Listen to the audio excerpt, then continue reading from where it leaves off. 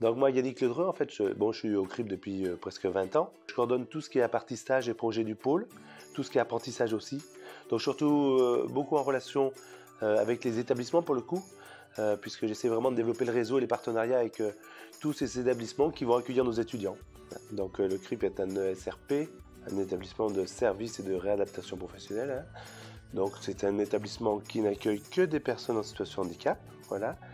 L'objectif premier, c'est l'insertion professionnelle à travers 2 axes. Un, l'accompagnement, 2, la formation. En 2019, sur la semaine de handicap, on a eu un premier vrai lien, on va dire, en termes de partenariat avec l'équipe dirigeante d'Elsan. Et puis finalement, je pense que mutuellement, on avait envie de travailler ensemble. Et donc, on s'est retrouvés sur des valeurs assez communes. Et on a essayé de développer ce partenariat. C'est vrai, ce qui pouvait représenter au début 2-3 stages sur peut-être des années sporadiques.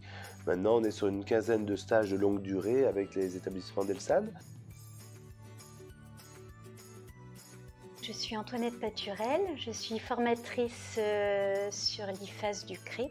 Ici, l'accompagnement des stagiaires est très serré et donc on va avoir un suivi très individualisé, très rapproché de chaque étudiant en prenant en compte leur situation de handicap, leurs difficultés et de fait pouvoir adopter nos méthodes pédagogiques entre autres. On va pouvoir co-construire comme ça les apprentissages en faisant du lien entre les temps de théorie ici et les temps en milieu professionnel.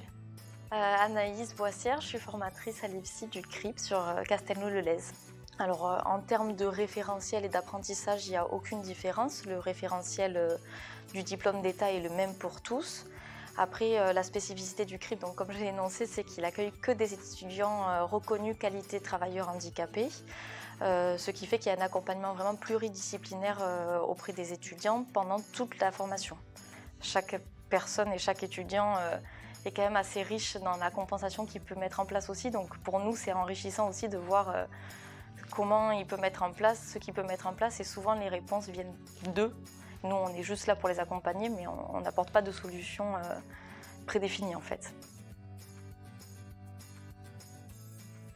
Eh ben, je m'appelle Jean-Xavier, j'ai 25 ans. J'étais au bloc opératoire, le bloc Duc de la clinique Beldon à Grenoble. Et je peux juste dire, c'était le stage où je me suis le plus épanoui, oui, c'est un fait.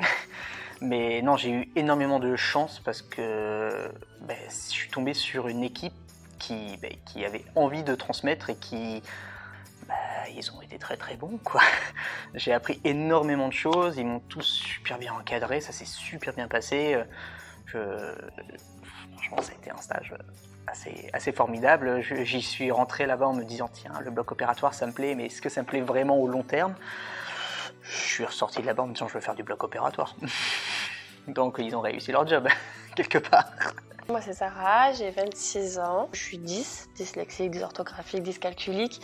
Donc ça a toujours été l'handicap scolaire. Ça peut aussi des fois se retrouver sur les lieux de formation ou sur la vie extérieure parce que je vais mettre plus de temps à comprendre les choses.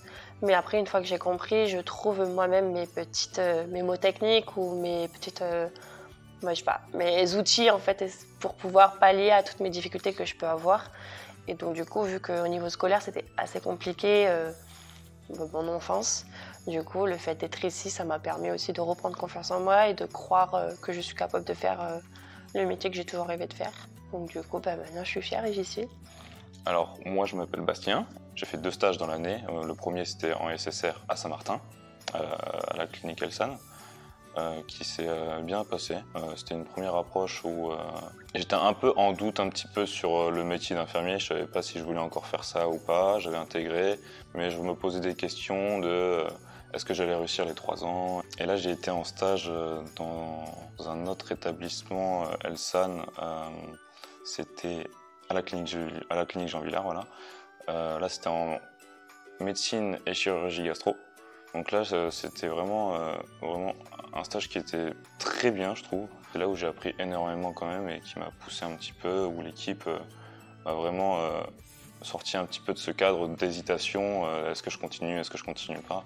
Grâce au stage, je me suis dit, en fait, c'est là où on apprend sur le terrain, en fait, réellement. Et donc, c'est là où j'ai vraiment appris le plus et ça m'a conforté sur le fait que oui, j'étais capable d'être mieux sur le terrain qu'en théorie.